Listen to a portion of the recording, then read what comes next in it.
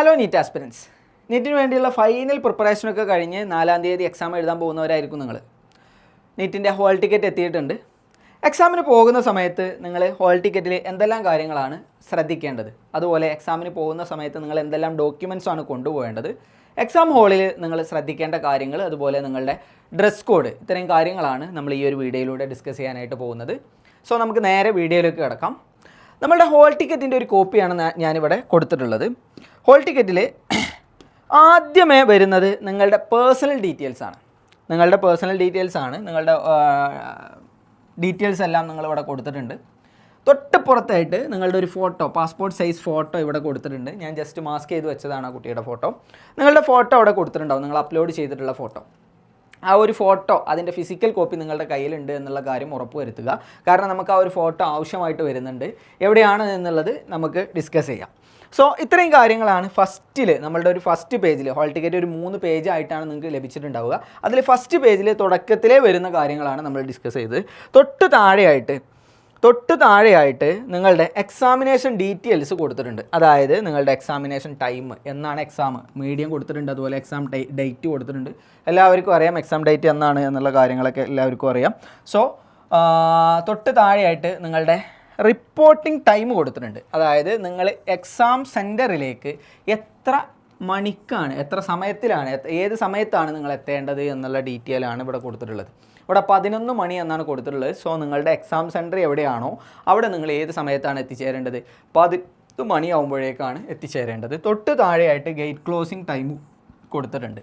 അതിൻ്റെ നേരെ സൈഡിലായിട്ട് തന്നെ ഷാർപ്പ് എന്നും കൂടെ കൊടുത്തിട്ടുണ്ട്. അതായത് 1:30 കൃത്യം എക്സാം സെൻറ്ററിൻ്റെ ഗേറ്റ് ക്ലോസ് ചെയ്യും. സോ അതിനുശേഷം ഏത് കാൻഡിഡേറ്റ് ചെന്നാലും അവർക്ക് എക്സാം എഴുതുന്നതിന് കഴിയില്ല.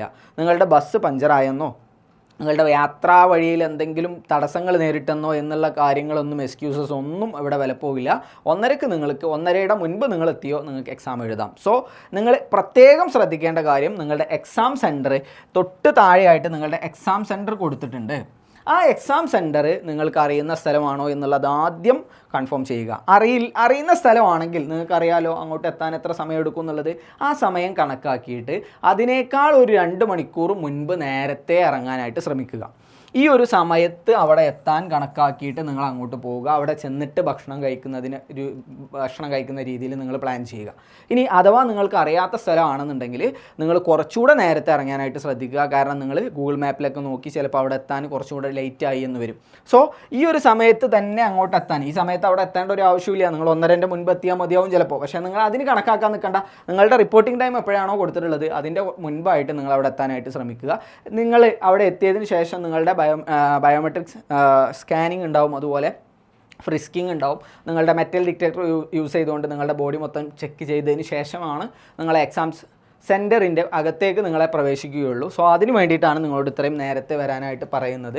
ഇനി കസ്റ്റമറി ഡ്രസ്സ്, നിങ്ങൾ എക്സാം നീറ്റിന് അപ്ലൈ ചെയ്യുന്ന സമയത്ത് കസ്റ്റം ഡ്രസ്സ്, ബുർക്ക പോലുള്ള കാര്യങ്ങൾ ധരിക്കുന്ന കുട്ടികളുണ്ടെങ്കിൽ അത് കൊടുത്തിട്ടുണ്ടെങ്കിൽ അവർ 2 മണിക്കൂർ മുൻപേ എക്സാം ഹാളിൽ എത്തേണ്ടതായിട്ടുണ്ട്. ഈ ഒരു ടൈം നിങ്ങൾക്ക് അവിടെ കൊടുത്തിട്ടുണ്ടാവും. അപ്പോൾ ആ സമയത്ത് തന്നെ എക്സാം ഹാളിലേക്ക് എത്തുകയും എക്സാം സെൻറ്ററിൽ എത്തുകയും അവർക്കുള്ള പ്രത്യേക ചെക്കിംഗ് ഉണ്ട്. ആ ചെക്കിംഗ് എല്ലാം പ്രോസസ്സ് എല്ലാം കഴിച്ച് മുന്നോട്ട് പോകേണ്ടതുമാണ്. സോ സമയം എല്ലാവരും കൃത്യമായിട്ട് പാലിക്കാൻ ശ്രദ്ധിക്കുക. നിങ്ങളുടെ എക്സാമിനേഷൻ സെൻറ്റർ ഏതാണ് എന്നുള്ളത് തൊട്ട് താഴെയായിട്ട് ഇവിടെ കൊടുത്തിട്ടുണ്ട്. ഇത്രയും ഡീറ്റെയിൽസ് ആണ് നമ്മളുടെ ഫസ്റ്റ് പേജിലെ തുടക്കത്തിൽ വരുന്നത്. തൊട്ട് താഴെയായിട്ട് സെൽഫ് ഡിക്ലറേഷൻ എന്ന് പറയുന്ന ഒരു ഏരിയ ഉണ്ട്. ആ സെൽഫ് ഡിക്ലറേഷൻ എന്ന് പറയുന്ന ഏരിയയിൽ ഫസ്റ്റിൽ നിങ്ങൾ ഇവിടെ നിങ്ങളുടെ ഫോട്ടോയാണ് പേസ്റ്റ് ചെയ്യേണ്ടത്. ഫോട്ടോ പേസ്റ്റ് ചെയ്യാൻ ഈ ഒരു സ്ഥലം ഉണ്ടാവില്ല എന്നുണ്ടെങ്കിൽ കുറച്ച് അങ്ങോട്ടും ഇങ്ങോട്ടും ആയിട്ട് താഴേക്കായിട്ട് നിങ്ങൾ പേസ്റ്റ് ചെയ്യുക. കറക്റ്റ് A4 പേപ്പറിൽ നിങ്ങൾക്ക് പ്രിൻ്റ് എടുത്തിട്ടുണ്ടെങ്കിൽ കറക്റ്റ് നിങ്ങളുടെ ഫോട്ടോ ഇവിടെ പേസ്റ്റ് ചെയ്യാനായിട്ട് സാധിക്കും. നിങ്ങൾ same photo uploaded on the application form to be affixed before reaching the centre. നിങ്ങൾ എക്സാം സെൻറ്ററിലേക്ക് എത്തുന്നതിന് മുൻപ് ഇവിടെ എന്ത് ചെയ്തിരിക്കണം, ഫോട്ടോ ഒട്ടിച്ചിരിക്കണം. ഏത് ഫോട്ടോയാണ് ഒട്ടിക്കേണ്ടത്? നിങ്ങൾ എക്സാമിന് അപ്ലൈ ചെയ്ത സമയത്ത് നിങ്ങൾ അപ്ലോഡ് ചെയ്തിട്ടുള്ള ഫോട്ടോ ഏതാണോ ആ ഫോട്ടോയാണ് ഇവിടെ പേസ്റ്റ് ചെയ്യേണ്ടത്. ഫോട്ടോ അപ്ലോഡ് ചെയ്യുന്ന സമയത്ത് നിങ്ങളുടെ തൊട്ട് താഴെയായിട്ട്, ഫോട്ടോയുടെ താഴെയായിട്ട് നിങ്ങളുടെ പേര് ചിലപ്പോൾ കൊടുത്തിട്ടുണ്ടാവും, അതുപോലെ ഫോട്ടോ എടുത്ത ഡേറ്റ് കൊടുത്തിട്ടുണ്ടാവും. അത്തരത്തിലുള്ള ഫോട്ടോ ആണ് നിങ്ങൾ അപ്ലോഡ് ചെയ്തിട്ടുള്ളതെങ്കിൽ ആ സെയിം ഫോട്ടോ തന്നെ പേസ്റ്റ് ചെയ്യാനായിട്ട് ശ്രമിക്കുക. ഫോട്ടോ സെയിം ആയിരിക്കും, പക്ഷേ താഴെയുള്ള ഈ ഡീറ്റെയിൽസ് ഇല്ലാത്ത രൂപത്തിലുള്ള ഫോട്ടോ ആവാതിരിക്കാനായിട്ട് ശ്രമിക്കുകയും ഈ രൂപത്തിൽ തന്നെ ഫോട്ടോ ഒട്ടിക്കാനായിട്ട് നിങ്ങൾ നോക്കുക. ഓക്കെ, നിങ്ങളുടെ കയ്യിൽ അത്തരത്തിലൊരു ഫോട്ടോ ഇല്ല എന്നുണ്ടെങ്കിൽ അത് എടുക്കാനുള്ള സമയമുണ്ടല്ലോ, നിങ്ങളത് റെഡിയാക്കിയതിന് ശേഷം ഇവിടെ പേസ്റ്റ് ചെയ്യുക. തൊട്ടപ്പുറത്തായിട്ട് കാൻഡിഡേറ്റ് ലെഫ്റ്റ് തമ്പ് ഇംപ്രഷൻ, നിങ്ങളുടെ ലെഫ്റ്റ് തമ്പിൻ്റെ ഇംപ്രഷൻ നിങ്ങൾ അവിടെ കൊടുക്കേണ്ടതായിട്ടുണ്ട്. To be affixed before reaching the centre. സെൻറ്ററിലേക്ക് എത്തുന്നതിന് മുൻപ് ചെയ്യേണ്ട കാര്യമാണ്, പ്രത്യേകം ശ്രദ്ധിക്കുക.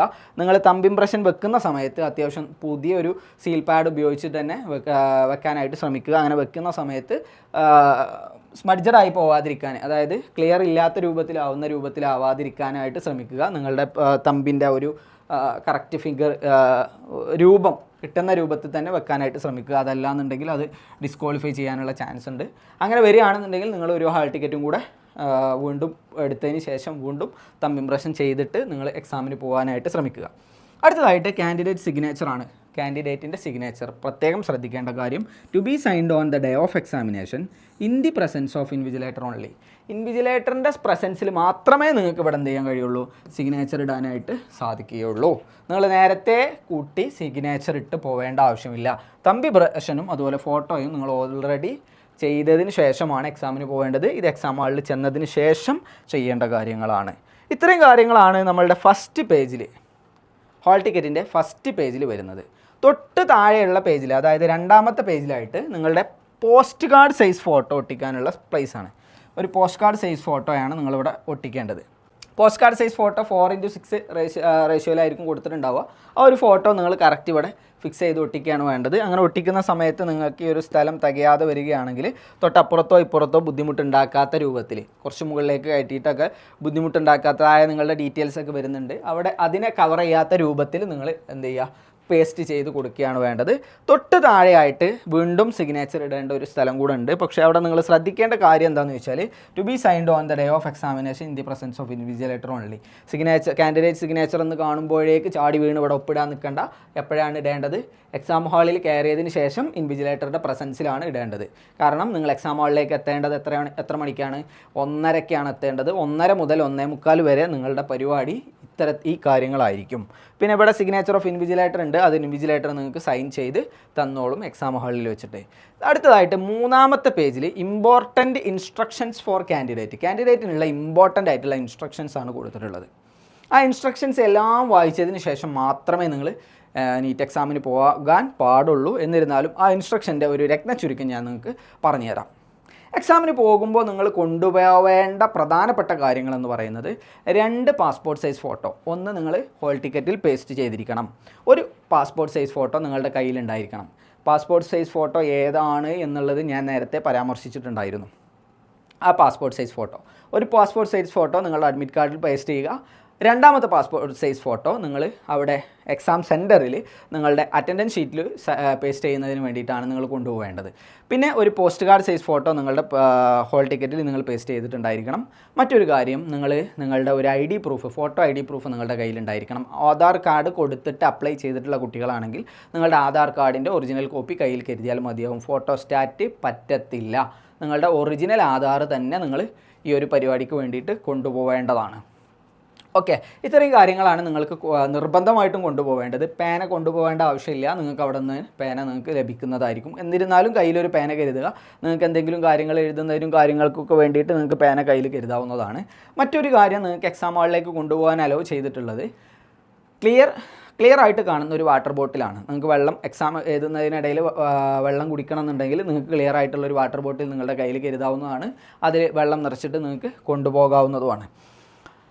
നിങ്ങൾ എക്സാം സെൻറ്ററിലേക്ക് എത്തേണ്ട സമയം നേരത്തെ പറഞ്ഞു കഴിഞ്ഞു. 1:30 മുൻപാണ് നിങ്ങൾ എത്തേണ്ടത്. അങ്ങനെ 1:30 മുൻപ് നിങ്ങൾ അവിടെ എത്തിയിട്ടുണ്ടെങ്കിൽ നിങ്ങളെ ഫ്രിസ്ക് ചെയ്ത്, അതായത് നിങ്ങളുടെ ദേഹപരിശോധന നടത്തും. മെറ്റൽ ഡിറ്റക്ടർ യൂസ് ചെയ്തിട്ട് നിങ്ങളുടെ ദേഹപരിശോധന നടത്തിയതിന് ശേഷമായിരിക്കും, അതുപോലെ ബയോമെട്രിക് ഓതൻറ്റിക്കേഷനൊക്കെ നടത്തിയതിന് ശേഷമായിരിക്കും നിങ്ങളെ സെൻറ്ററിലേക്ക്, നിങ്ങളുടെ എക്സാം ഹാളിലേക്ക് നിങ്ങളെ കൊണ്ടുപോകുന്നത്.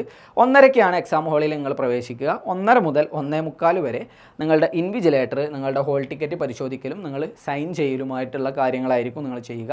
1:45 നിങ്ങൾക്ക് എക്സാം ബുക്ക്ലെറ്റ് കിട്ടും. ആ ബുക്ക്ലെറ്റിൽ തന്നെ ആയിരിക്കും നിങ്ങളുടെ OMR ഉണ്ടായിരിക്കുക. 1:50 നിങ്ങൾക്ക് OMRൽ നിങ്ങളുടെ രജിസ്റ്റർ നമ്പർ, അതുപോലെ മറ്റ് ഡീറ്റെയിൽസ്, നിങ്ങളുടെ പേര്, സിഗ്നേച്ചർ പോലുള്ള കാര്യങ്ങളൊക്കെ ചെയ്യാനായിട്ടുണ്ടാവും. അത് നിങ്ങൾ ഫില്ലപ്പ് ചെയ്യുക. കൃത്യം 2 മണിക്ക് നിങ്ങൾക്ക് എക്സാം സ്റ്റാർട്ട് ചെയ്യാനായിട്ട് സാധിക്കും. 2 മുതൽ 5 വരെ നിങ്ങൾക്ക് എക്സാം ടൈമാണ്. 2 മണിക്ക് എക്സാം തുടങ്ങി 5 മണി വരെയാണ് നിങ്ങൾക്ക് എക്സാം ടൈം വരുന്നത്. അതിനിടയിൽ നിങ്ങൾക്ക് എക്സാം ഹാളിൽ നിന്നും പുറത്തു പോകാൻ അനുവാദമില്ല except bio break. Bio break എന്ന് പറയുന്ന ഒരു ഓപ്ഷൻ നിങ്ങൾക്ക് അവൈലബിൾ ആണ്. നിങ്ങൾ എക്സാം തുടങ്ങി 1 അവർ കഴിഞ്ഞതിന് ശേഷം, അതായത് 2 മണിക്ക് എക്സാം തുടങ്ങിയാൽ 3 മണി മുതൽ 4:30 വരെ, എക്സാം തീരുന്നതിന് അരമണിക്കൂർ മുൻപ് വരെ നിങ്ങൾക്ക് വേണമെന്നുണ്ടെങ്കിൽ വാഷ്റൂമിലേക്ക് പോകാനുള്ള അനുവാദമുണ്ട്. ആ സമയത്ത് നിങ്ങൾക്ക് വാഷ്റൂമിലേക്ക് പോയിട്ട് വരുന്ന സമയത്ത് നിങ്ങൾ തുടക്കത്തിൽ നിങ്ങളെ ചെയ്തിട്ടുള്ള ഫ്രിസ്കിങ് പോലുള്ള കാര്യങ്ങൾ, അതുപോലെ ബയോമെട്രിക് ഓതൻറ്റിക്കേഷൻ എല്ലാം അവർക്ക് ചെയ്യാവുന്നതാണ്. ഫ്രിസ്കിങ് എന്തായാലും അവർ ചെയ്യും. ചിലപ്പോൾ ബയോമെട്രിക് ഓതൻറ്റിക്കേഷൻ ചെയ്തതിന് ശേഷമായിരിക്കും നിങ്ങൾ എക്സാമുകളിലേക്ക് കയറ്റുക. ആ സമയത്ത് നഷ്ടപ്പെടുന്ന സമയം നിങ്ങൾക്ക് വീണ്ടും തിരിച്ച് കിട്ടുന്നതല്ല. കൃത്യം 5 മണിക്ക് തന്നെ എക്സാം വൈൻഡപ്പ് ചെയ്യുന്നതായിരിക്കും. അപ്പോൾ ഇങ്ങനെയാണ് നിങ്ങളുടെ ഒരു ടൈം ഷെഡ്യൂൾ വരുന്നത് എക്സാമിന് വേണ്ടിയിട്ട്. നിങ്ങൾ പ്രത്യേകം ശ്രദ്ധിക്കേണ്ട കാര്യം, 2 മണിക്ക് കൃത്യം എക്സാം തുടങ്ങി 5 മണിക്ക് കൃത്യം എക്സാം നിങ്ങളെ കൊണ്ട് അവസാനിപ്പിക്കും. സോ ആ സമയത്ത് തന്നെ എക്സാം തുടങ്ങുന്നുണ്ട് എന്നുള്ള കാര്യം നിങ്ങൾ കൂടെ എന്ത് ചെയ്യുക, ഉറപ്പുവരുത്തുക. മറ്റൊരു കാര്യം എക്സാം ഹാളിലേക്ക് നിങ്ങൾ ശ്രദ്ധിക്കേണ്ടതായിട്ടുള്ളത് നിങ്ങളുടെ ഡ്രസ് കോഡാണ്. ബോയ്സിനെ സംബന്ധിച്ചിടത്തോളം ഡ്രസ് കോഡായിട്ട് നിങ്ങൾക്ക് ഒരു പ്ലെയിൻ ടീ ഷർട്ട് നിങ്ങൾക്ക് ഇടാം. അതുപോലെ ഒരു കോട്ടണോ അതുപോലെ ട്രാക്ക് പാൻ്റ് ആയിട്ടുള്ള ഒരു ലൂസായിട്ടുള്ള ഒരു പാൻറ്റും നിങ്ങൾക്ക് ഇടാം. കൂടുതൽ ടൈറ്റോ ഓവർ ലൂസോ അല്ലാത്ത പാൻറ്റ്സ് നിങ്ങൾക്ക് ധരിക്കാവുന്നതാണ്. മെറ്റൽ ബട്ടണോ മറ്റു കാര്യങ്ങളോ ഇല്ലാതിരിക്കാനായിട്ട് ശ്രദ്ധിക്കുക. അതുപോലെ തന്നെ ഷൂ അനുവദനീയമല്ല. കൂടുതലും ഓപ്പൺ ആയിട്ടുള്ള ഹൈ ഹീൽ ഇല്ലാത്ത ചെരുപ്പാണ് നിങ്ങൾ ധരിക്കേണ്ടത്. ഗേൾസിനാണ് ഹൈ ഹീൽ ഇല്ലാത്ത. ഗേൾസിൻ്റെ ഡ്രസ് കോഡ് നോക്കുകയാണെന്നുണ്ടെങ്കിൽ കോട്ടൺ കുർത്തയോ മറ്റു കാര്യങ്ങളോ നിങ്ങൾക്ക് ഇടാവുന്നതാണ്. അതുപോലെ ലൂസായിട്ടുള്ളൊരു പാൻറ്റ് നിങ്ങൾക്ക് ധരിക്കാം. കൂടുതൽ ലൂസ് ആവരുത്. പലാസ പോലുള്ള കൂടുതൽ ഓവർ ലൂസായിട്ടുള്ള പാൻറ്റ്സ് നിങ്ങൾ ധരിക്കരുത്. കൂടുതൽ ഓവർ ടൈറ്റ് ആയിട്ടുള്ള പാൻറ്റ്സും നിങ്ങൾ ധരിക്കരുത്. ഇത്രയും കാര്യങ്ങളാണ് നിങ്ങൾ എക്സാം ഹാളിലേക്ക് പോകുമ്പോൾ ശ്രദ്ധിക്കേണ്ടതായിട്ടുള്ളത്. മെറ്റൽ പാർട്സ് നിങ്ങളുടെ ശരീരത്തിൽ ഇല്ലാതിരിക്കാനായിട്ട് പ്രത്യേകം ശ്രദ്ധിക്കുക. ചെയിന്, റിങ്, അതുപോലെ ഇയറിങ്സ്, മാല പോലുള്ള കാര്യങ്ങൾ, മാലാപാദസരം, അങ്ങനെ കുറേ കാര്യങ്ങൾ ഉണ്ടാവുമല്ലോ. ഇതെല്ലാം ഒഴിവാക്കിയതിന് ശേഷം വേണം നിങ്ങൾ എന്ത് ചെയ്യാൻ, എക്സാം ഹാളിലേക്ക് പോകാൻ. ഗേൾസിനും ടീഷർട്ടും അതുപോലെ പാൻറ്റും ഇട്ടിട്ട് എക്സാം ഹാളിലേക്ക് പോകാൻ ഒരു കുഴപ്പമില്ല. അപ്പോൾ ഇത്തരത്തിലുള്ള സിമ്പിളായിട്ട് കൂടുതൽ വർക്കുകളോ കാര്യങ്ങളോ ഒന്നും ഇല്ലാത്ത, പ്ലെയിൻ ആയിട്ടുള്ള മെറ്റൽ പാർട്സ് ഒന്നും ഇല്ലാത്ത ഡ്രസ്സാണ് നിങ്ങൾ എക്സാം ഹാളിലേക്ക് പോകുന്ന സമയത്ത് ധരിക്കേണ്ടത്. സോ എക്സാം ഹാളിൽ അൺഫെയർ ആയിട്ടുള്ള മറ്റു കാര്യങ്ങളൊന്നും ചെയ്യാതിരിക്കുക. CCTV സർവൈലൻസിലായിരിക്കും എക്സാം ഹാളിൽ ഉണ്ടാവുക. തീർച്ചയായിട്ടും ജാമർ അവിടെ വെച്ചിട്ടുണ്ടാവും.